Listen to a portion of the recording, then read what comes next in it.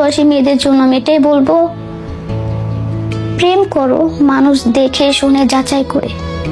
যে অল্প বয়সে কেউ বিয়ে করতে না। আর স্বামীদের কখনো মন ভালোবাসা উচিত, কিন্তু অন্ধের মতো না। অন্ধের মতো ভালোবাসলে এরকম হতে হয়, যেমন আমাকে দিয়ে আমি বুঝি। আমি সবচেয়ে বেশি মিস করি হচ্ছে আমার হাজবেন্ডের সাথে ঘোরা, ওইখানে ঘুরতে যাওয়া, ওইখানে যাওয়া, খাওয়াই দাওয়া। কে খাওয়াই দিত? আমার হাজবেন্ড। তোমাকে? হ্যাঁ। সেই হাজবেন্ডই আবার শরীরের উপরে লবণ আর মরিচ দিচ্ছে তোমার কাইটা। খাওয়াই দিত, ঘুরতে নিয়ে যেত। যদি বলতাম একটু ফুচকা খাবো, চলো। ডিউটি শেষ করে রাতে 10টা বাজলেও বলতো চলো যাই।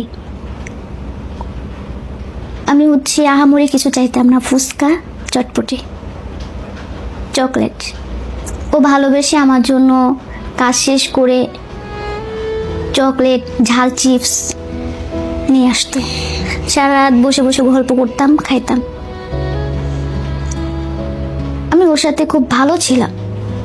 ও হচ্ছে যতদিন ও সফলতা ছিল না ততদিন খুব ভালো ছিলাম। বিদেশ গেল, ইনকাম করা শিখছে, টাকা হইছে, এখন আমাকে আর লাগবে না।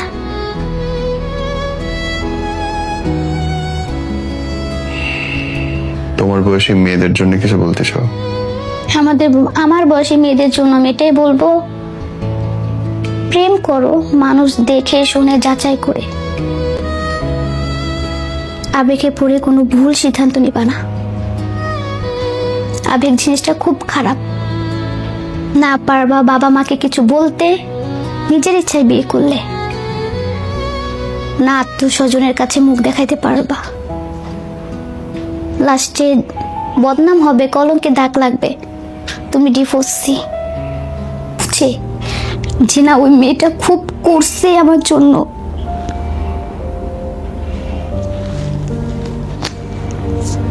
ভালো থাকুক, একটু কি বলার, আর কিছু না। আর যদি কখনো মনে হয় ফিরে আসবে, হ্যাঁ আমি অপেক্ষা করব তার জন্য। ফিরে আসতে পারে, কিন্তু জোর করব না। আপনাকে রেখে বিদেশ চলে গেল?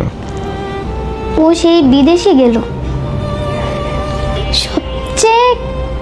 সবকিছু বাদ দিয়ে গেল। সবচেয়ে কষ্টের কথা এটাই, যেদিন বিদেশ যাবে, আমি শুধু জানি বিদেশ যাবে, কিন্তু ও যাওয়ার আগে আমাকে বলছে যে আমি যদি বিদেশ যাব তোমার সাথে আমি 2 দিন থাকবো, ঘুরবো।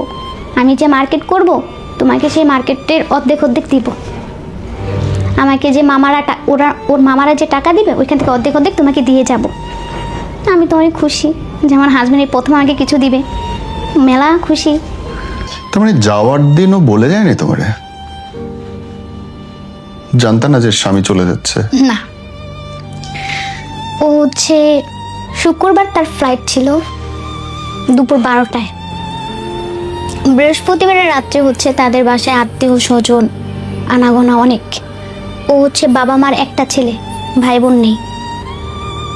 তখনও আমাকে বলে না যে প্রিয়া কালকে আমার ফ্লাইট। একটা কথা কি জানো, পর কখনো আপন হয় না। পরের ছেলে কখনো আপন হয় না, পর পরেই থাকে।